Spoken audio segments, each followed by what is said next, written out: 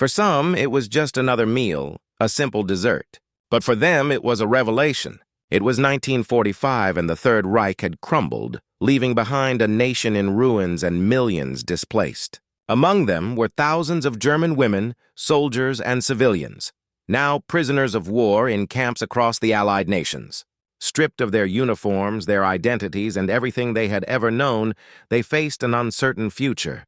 But in the midst of the grim reality of their captivity, an unexpected taste would offer a glimpse into a world they couldn't comprehend. It was a taste of sweetness, a flavor of a simple fruit baked into a flaky crust, something so quintessentially American, yet so foreign to them.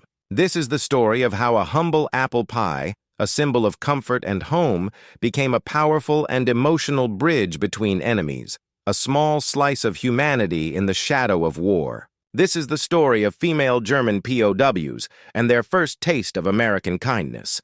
The final months of 1945 were a season of ghosts. A phantom war lingered in the air, a memory of a conflict that had consumed a continent.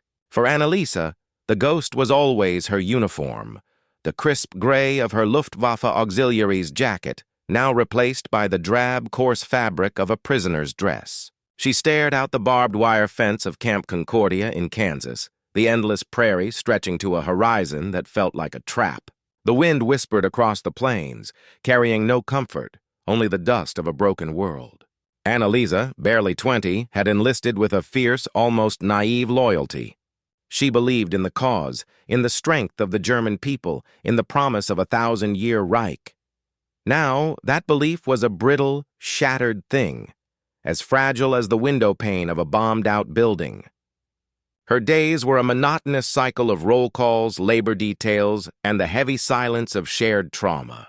The other women in the camp, Liesel, a former nurse who had seen horrors she could no longer speak of, and Ingrid, a farm girl from Bavaria who had been conscripted into the flak units, were as lost as she was. They spoke in hushed tones of home, of what was left of it, and of the families they might never see again.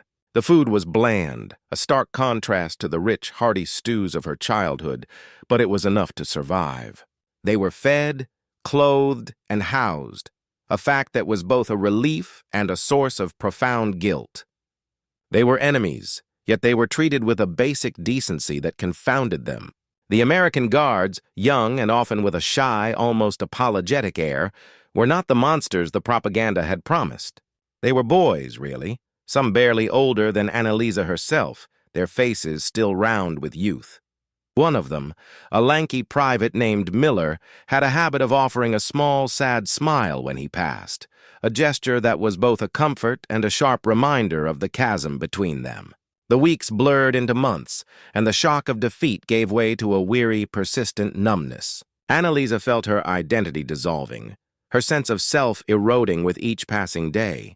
She was no longer a soldier. She was a number, a prisoner.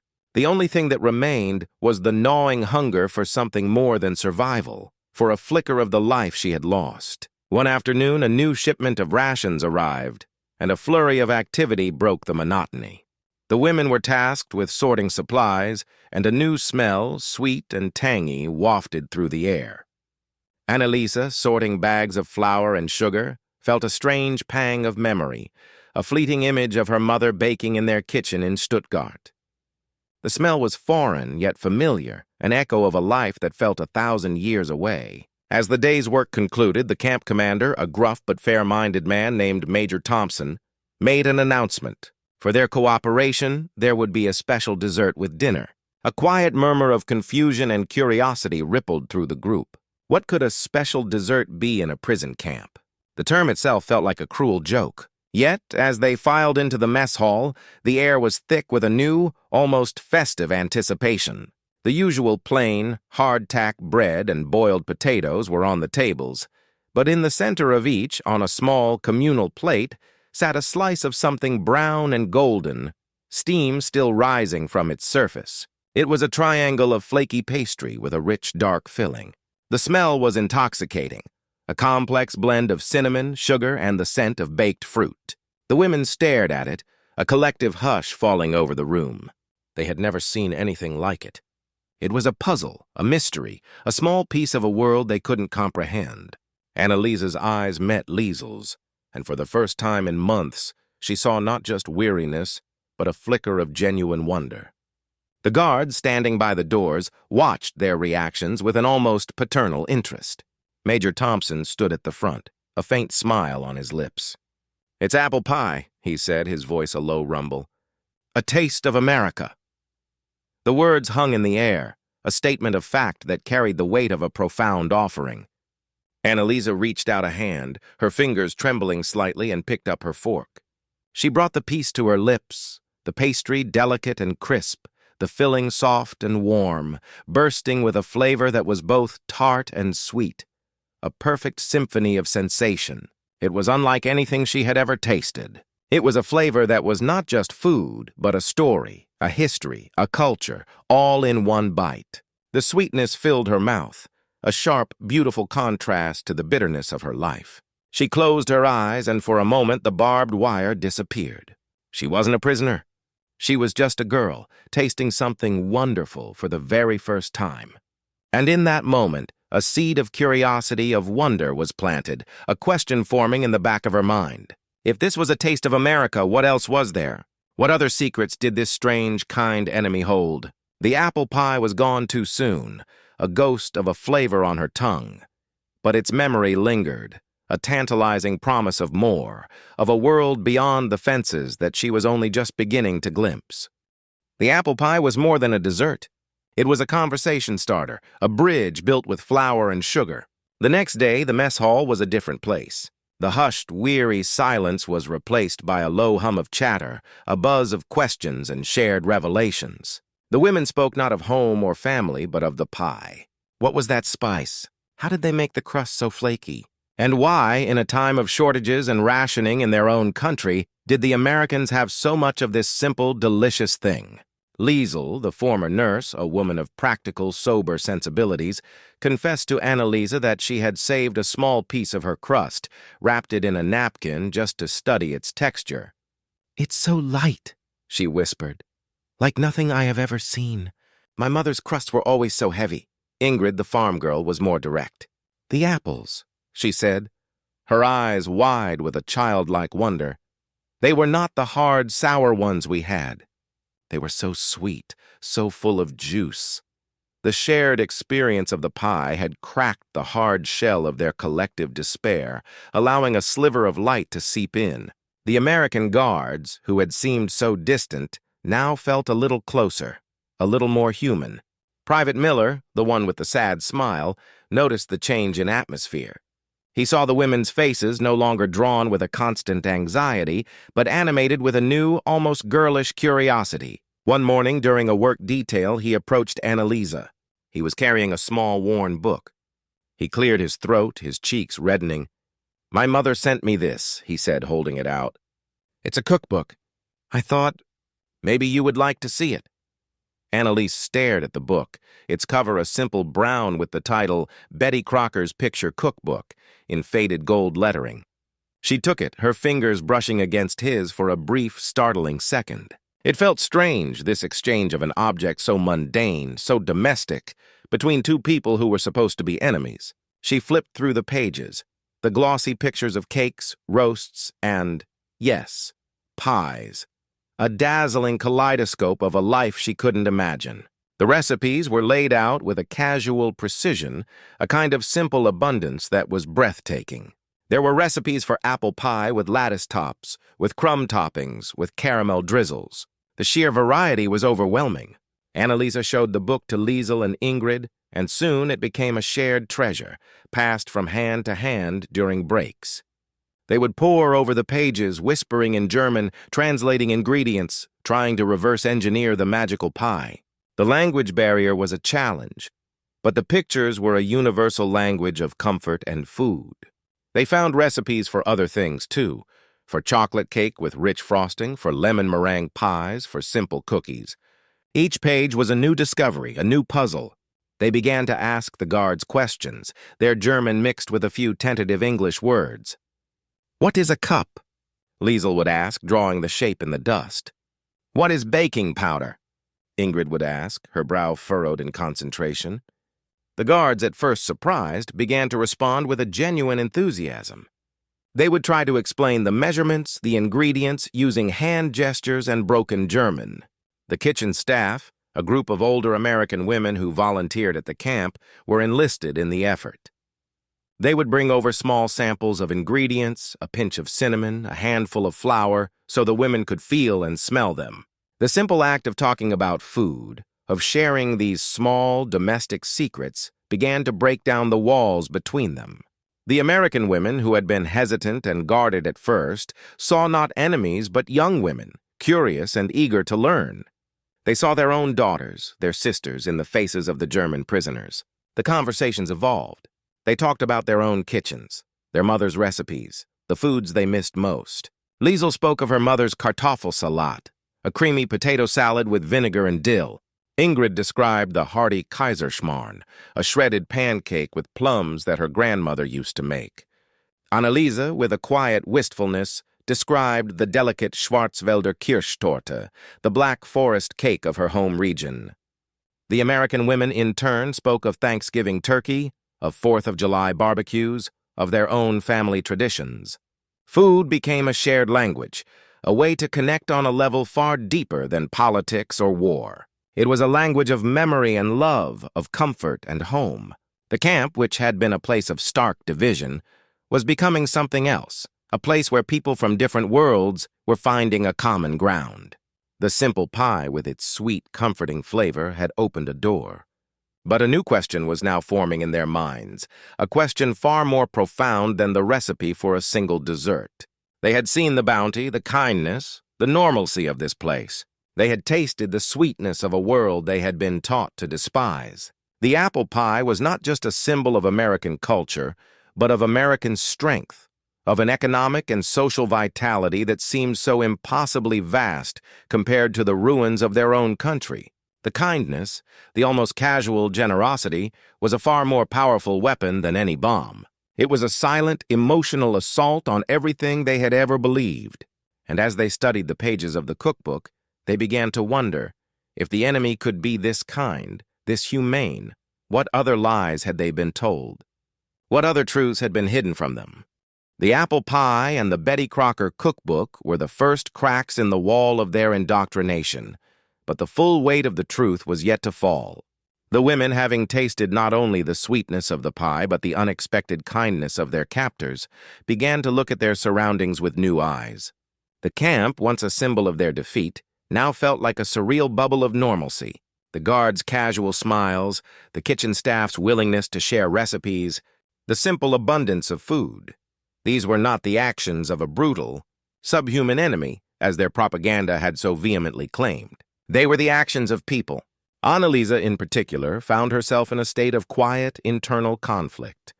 She had been a true believer, a young woman who had seen the rise of the Third Reich as a glorious rebirth for Germany. She had been taught to view the Americans as a decadent, weak, and racially inferior people, their culture a shallow wasteland of commercialism. But the apple pie was so perfectly balanced, so meticulously crafted, and the kindness of the people who made it felt so genuine, so honest. It was a profound contradiction. How could a people so weak have such a vast, effortless abundance? How could they be so decadent and yet so full of a simple, unpretentious generosity? Liesel, the former nurse, saw it in more practical terms. "Look at their clothes," she said to Anneliese one afternoon, gesturing to a group of guards walking by. "They are not new, but they are whole. There are no patches, and their shoes. They have real leather soles." These were the small details that spoke of a functioning, prosperous society, a stark contrast to the threadbare uniforms and cobbled-together shoes of their own people in the war's final years. The camp was a microcosm of this baffling prosperity. The showers had hot water, the barracks were heated, and the medical supplies, even for the prisoners, were plentiful. This was not the picture of a nation on the brink of collapse, fighting for its survival. This was a nation that had simply won. The realization was a slow, agonizing process. The guards, noticing their growing curiosity, began to show them more. They would bring in copies of Life magazine, its pages filled with dazzling photographs of American cities, of people laughing and dancing, of advertisements for cars and refrigerators. The women would gather around, their faces a mixture of awe and disbelief. They saw pictures of Hollywood stars, of baseball games, of families sitting down to dinner in cozy homes. The sheer, overwhelming vibrancy of it all was a form of psychological shock. This was not the tired, war-ravaged world they had known their entire lives. This was a different planet. One evening, Major Thompson, the camp commander, arranged for a film screening in the mess hall. He announced it with a certain formality, as if he were presenting a gift. The film was a newsreel, a short black-and-white documentary about the war's end. The women sat in silence, their eyes fixed on the flickering images. They saw scenes of the liberated concentration camps, the emaciated survivors, the grim, unblinking faces of the American soldiers who had found them. The horror was visceral, a gut punch. They saw their own cities in ruins, the famous landmarks of Berlin and Munich reduced to rubble. They saw their leaders, their heroes, captured or dead. The newsreel ended with a segment about the massive American aid program for Europe, the tons of food and supplies being shipped to a starving continent. The final image was of a young American soldier handing a piece of bread to a hungry German child. The contrast was stark, heartbreaking. They had been taught to hate these people, these degenerate Americans, and yet here they were, feeding their children, rebuilding their cities, showing them a mercy they had not earned. The film was the final piece of the puzzle, a devastating hammer blow to their worldview. Liesel began to cry silently, her body shaking with a profound sorrow. Ingrid stared at the screen, her mouth agape, her face a mask of dawning, terrible understanding. Annalisa, however, felt a different kind of pain. It was a cold, sharp blade of betrayal, the lies. The endless, beautiful lies they had been fed since childhood. The stories of a glorious, righteous war, of a superior race, of a divinely ordained destiny. They were all a carefully constructed fiction, a magnificent lie built on a foundation of hate and deceit. The apple pie had been a small, sweet whisper of the truth, but the newsreel was a shout. The sweetness of the pie, once a symbol of a simple, beautiful world, now took on a different meaning. It became a symbol of a world that had been denied to them, of a future that had been stolen. The pie was a taste of American kindness, yes, but it was also a bitter reminder of the German tragedy, of a people who had traded their souls for a promise that had crumbled into ash. As the women walked back to their barracks, the silence was no longer heavy with despair, but with a profound, a terrible shame. They had been the perpetrators, the enablers, the believers, and the American kindness, the simple, honest humanity of it all, was now a far more painful burden to bear than any punishment. They had been shown mercy, and it had broken them more completely than any cruelty could have. They had been given a slice of pie, and with it, a slice of a truth that would change them forever. The immediate aftermath of the newsreel screening was a profound, almost spiritual silence. The shared shame was a thick, suffocating blanket that settled over the barracks. It was no longer the silence of weariness or of grief for a lost war, but the quiet of a shattered faith. The lies, once the solid ground on which they stood, had turned to quicksand. Liesel, the practical nurse, was the first to break it. Her voice was thin, reedy, as if it had been stretched and torn. "My brother was a soldier," she said, her eyes fixed on the empty space where the film had been. He said they were fighting to protect us from the barbarians, from the Bolsheviks. He said it was a war for our survival."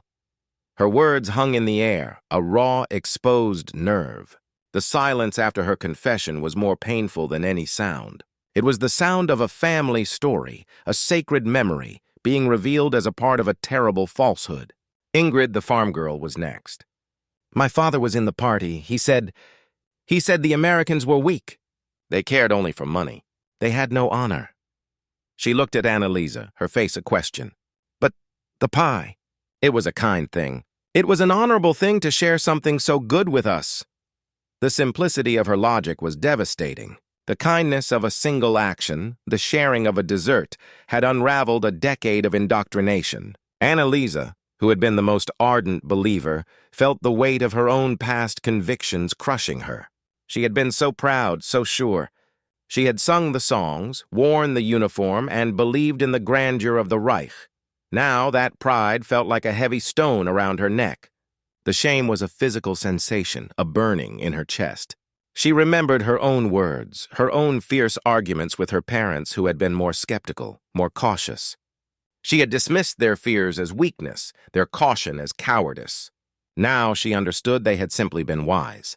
The camp commander, Major Thompson, sensing the profound emotional shift, made a calculated decision.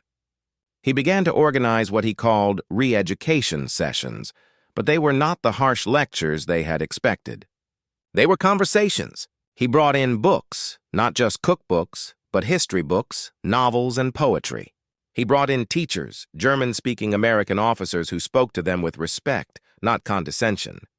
They talked about the Weimar Republic, about the rise of fascism, about the economic conditions that had allowed a demagogue to seize power. They explained the concept of a free press, of a multi-party democracy, of the rights of the individual. They didn't preach or condemn. They presented facts, allowed the women to connect the dots for themselves, and the women, having had their worldview so violently upended, were hungry for it. They devoured the books, their questions no longer about recipes, but about politics, about history, about the meaning of liberty. They asked about the American Revolution, about Abraham Lincoln, about the Great Depression. They were trying to piece together a new understanding of the world, a new framework to replace the shattered one.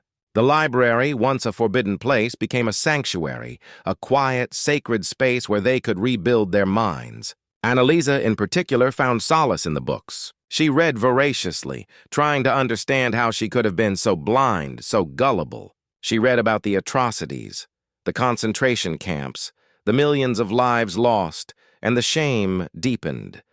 But so did a new sense of purpose. She had to understand. She had to know the truth, no matter how painful, so she could never be fooled again.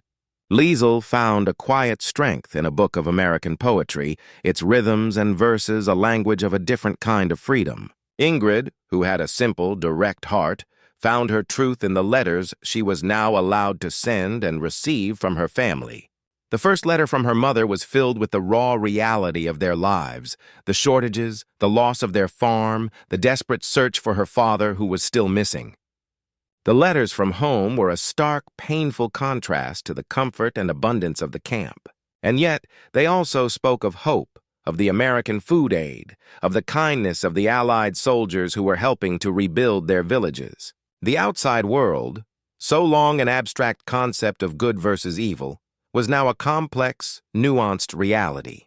The conversations around the apple pie had moved beyond the simple enjoyment of a dessert. It had become a symbol of a larger, more complex truth. It represented a world that was both good and bad, a world that had been at war with itself, a world that was now struggling to rebuild. It represented a kindness that was profoundly generous, but also a stark reminder of the horrors that had necessitated that kindness.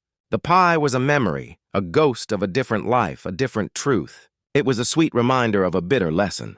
One afternoon, as they were working in the camp garden, Annalisa felt a new sensation. It wasn't the shame or the grief or the anger. It was a kind of clarity. The American guards were laughing, a simple, easy sound, as they helped carry a heavy load of tools. They were just men, not monsters, not angels. Just men. The realization was profound. And she knew then, with a quiet certainty, that her journey was not over. She had to go home, to the shattered ruins of Germany, to her family and to her people, and she had to share what she had learned. She had to tell them the truth, the whole unvarnished truth about the world and about themselves. The apple pie had given her a small taste of a different reality, but the knowledge she had gained since was a hunger that she knew would never be fully satisfied. It was a hunger for the truth, and she knew she had to spend the rest of her life trying to feed it. But how do you tell a people who have lost everything, who have lived on lies and bravado, that they were the ones who were wrong? How do you convince them to see the world with new eyes when their old world lies in ruins?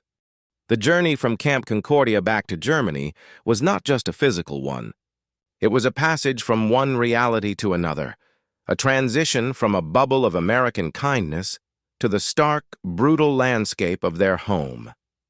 Annalisa, Liesel, and Ingrid, along with hundreds of other female POWs, were part of the first large group to be repatriated.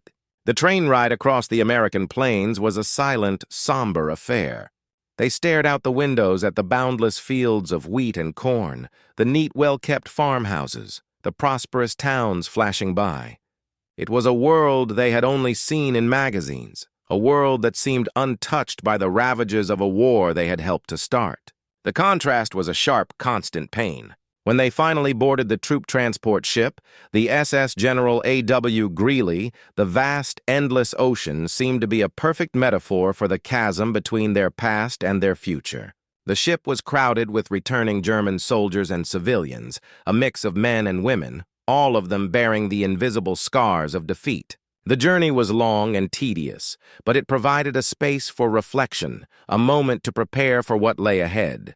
Annalisa and Liesel spent hours on the deck, leaning against the railing, watching the waves. Liesel, ever the realist, spoke of the practicalities. "What will we do? Where will we go? My family is in Hamburg. It's nothing but rubble now." Annalisa, however, was thinking on a different scale. She was no longer just a girl worried about her family. She was a witness. She had seen a different way of life, a different way of being. She had to share it. When the ship finally docked in Bremerhaven, the sight was a punch to the gut. The city was a ghost town, its buildings hollowed-out shells, its streets choked with debris. The air was thick with the smell of damp concrete, dust, and a profound collective grief. It was a world of black and white, a world without color or joy. They were met by Allied officers and representatives from the German aid organizations. There was a brief, disorienting moment of reunion as families searched for their loved ones among the disembarking prisoners. Annalisa found her parents, their faces etched with a weariness she had never seen before. They were thinner, older, and their eyes held a haunted look.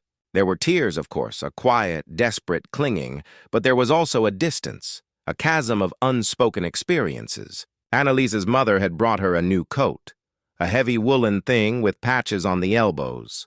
"It's the best we could do," she whispered, her voice choked with emotion. It was a gesture of love, but it also felt like a monument to their poverty, a sharp contrast to the casual abundance she had left behind.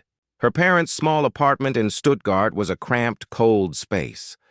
The windows were patched with cardboard, the furniture was sparse, and the air was filled with a sense of constant scarcity.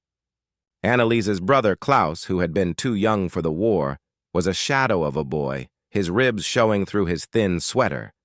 He stared at her with a mixture of awe and suspicion, as if she were a stranger. Annalisa tried to talk about her experiences, about the kindness of the Americans, about the pies, the cookbooks, the newsreels. But her words felt thin, hollow, a fairy tale in the face of their reality. Her father, a quiet man who had always been a master carpenter, listened patiently, but a look of profound skepticism was in his eyes. "The Americans gave you pie?" he said, his voice flat. "Do you know what they're giving us?" "Old rations and promises. They are here to make sure we stay down, Annalisa. Don't be so naive." The bitter cynicism of his words was a cold shower. The lessons she had learned, the truths she had discovered, were worthless here. They were a comfort in the abstract, but they had no meaning in the face of the daily grind of survival. Her family and her neighbors, who had lived through the bombing campaigns and the final crushing defeat, saw the Americans not as saviors, but as conquerors. They were the ones who had destroyed their homes, who were now dictating their future. The narrative of the kind, generous enemy was a lie to them, a piece of propaganda designed to keep them docile. The conversations were painful, filled with a tension that was thick enough to cut. Annalisa realized that she was a stranger in her own home, a visitor from another world. She had seen the truth, but her people, her family, were still living in the shadow of the lie. The apple pie, once a symbol of hope, was now a painful memory, a cruel reminder of a world that was so close, yet so impossibly far away. But she refused to give up. She had to make them see. She had to find a way to rebuild their hope, to show them a path out of the darkness. She remembered a recipe from the Betty Crocker cookbook, a simple, no-fail recipe for a basic apple pie. She would have to find the ingredients, a task that would be almost impossible in the scarcity of post-war Germany. It was a fool's errand, but it was also a mission. It was a way to share a truth that words could not convey. It was a way to bring a slice of the kindness, the hope, the world she had seen to her family. She had to try. For if she couldn't show them the truth, how could she ever convince herself that it was real? The quest for the ingredients for a simple apple pie in post-war Stuttgart was a metaphor for the struggle of a broken nation. Annaliese's mother looked at her as if she had lost her mind. Apples in this season? And cinnamon? Do you know what a luxury that is, child? But Annaliese's resolve was unshakable. She bartered with her few possessions from the camp, a small sewing kit, a pair of sturdy shoes she had been given. She traded them for a few wizened, sour apples from a local farmer, a tiny amount of flour from a baker, and a small, precious pinch of cinnamon from a black market vendor who looked at her with a mixture of suspicion and pity. The crust she made was not the light, flaky perfection she had seen in the Betty Crocker cookbook. The flour was coarse, and the butter, a rare and precious commodity, was not enough. She had to use a substitute fat that made it dense and heavy. The apples were sour, and the sugar she had managed to acquire was a coarse, unrefined brown. But as she worked, a strange sense of purpose filled her. Her brother Klaus watched her from a distance, his eyes wide with a quiet curiosity. She was no longer just his sister. She was a woman on a mission. The scent of the apples, even the sour ones, cooking with the precious cinnamon, began to fill the small, cold apartment. It was a foreign smell, a sweet note in a world that had become accustomed to the odor of dust and despair. Her father came into the kitchen, his face a grim mask of resignation. He watched her for a moment, his eyes scanning the meager ingredients, and then he said nothing, just turned and left. Anneliese felt a pang of disappointment, but she kept going. This was not for him, not for her mother, not even for Klaus. This was for the ghost of the girl she used to be, the one who had believed in a world of lies. This was for the girl who had been given a slice of pie and had had her entire world shattered and rebuilt. When the pie was finally finished, its top a sad, lopsided thing, she placed it on the small kitchen table. It was not a beautiful pie, but it was a testament to a belief, an act of faith. She sliced it, her hands trembling, and placed a piece on a plate for each of her family members. They sat in silence, staring at the offering.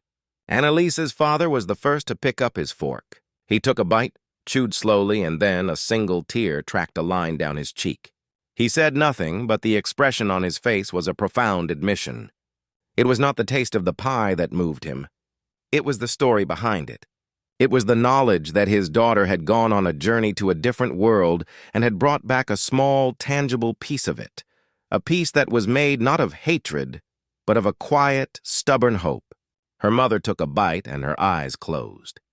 She was not tasting just a pie.